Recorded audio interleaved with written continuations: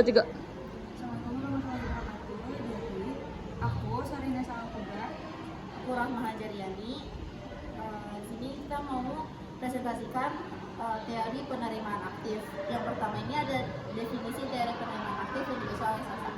Jadi, teori penerimaan aktif atau active reception theory adalah konsep komunikasi yang menjelaskan bagaimana penerima pesan memproses, menafsirkan, dan merespon informasi yang diterima. Teori ini menekankan peran aktif penerima dalam membentuk makna pesan.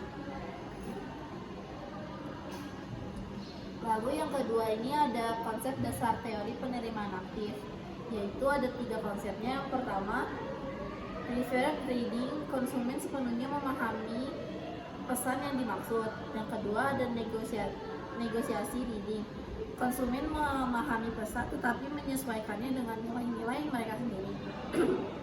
Yang ketiga ada optional reading, konsumen tidak setuju dengan makna yang dimaksudkan.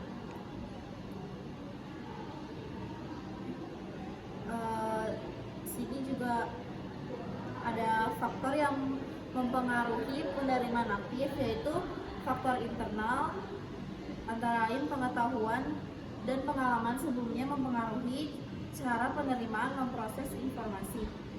Kedua, pemahaman kemampuan yang memahami pesan berdasarkan kemampuan kognitif. Ketiga, minat penerimaan terhadap topik atau pesan.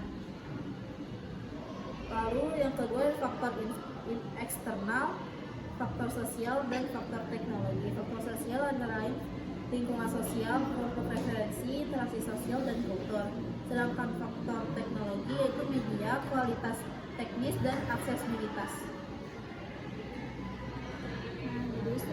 Studi kasus yang kita ambil itu seorang mahasiswa, sebut saja namanya Ali, mendapatkan nilai rendah dalam ujian matematika. Sebagian besar temannya mungkin akan direspon dengan kecewa atau marah, namun Ali memilih untuk menghadapi kenyataan tersebut dengan cara yang lebih konstruktif atau lebih positif. Terus Ali juga memutuskan untuk menerima kenyataan bahwa dia belum berhasil, namun dia tidak membiarkan kegagalan itu menghalangi usahanya ke depan.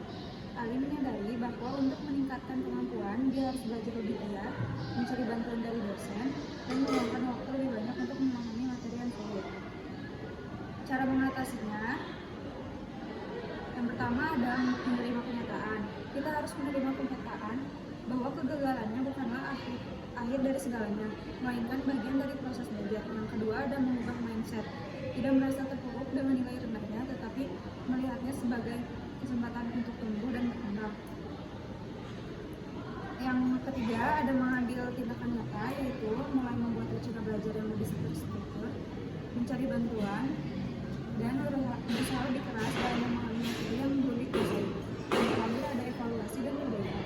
Kita harus terus mengevaluasi kemajuan belajar dan memperbaiki strategi belajar jika diperlukan.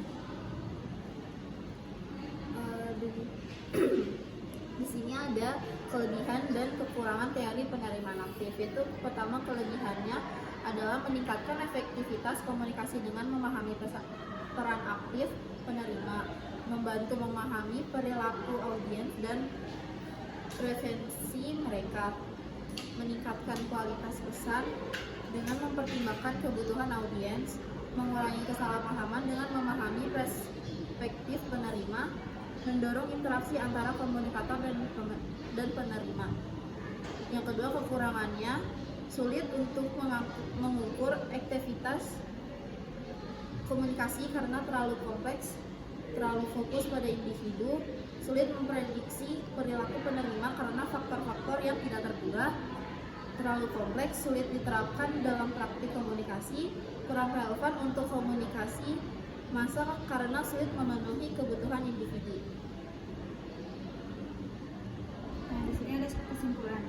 Jadi, teori penerimaan aktif menekankan pentingnya mendengarkan secara empatik dan tanpa adanya penilaian dalam kondisi komunikasi.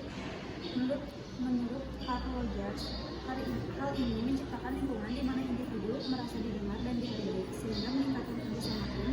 Proses ini melibatkan umpan balik, pengulangan, dan klarifikasi untuk memastikan pemahaman yang tepat antara pembicara dan pendengar. Teori ini juga menunjukkan bahwa komunikasi aktif dapat mengurangi konflik dan memperkuat hubungan interpersonal dengan menghargai perbedaan pendapat.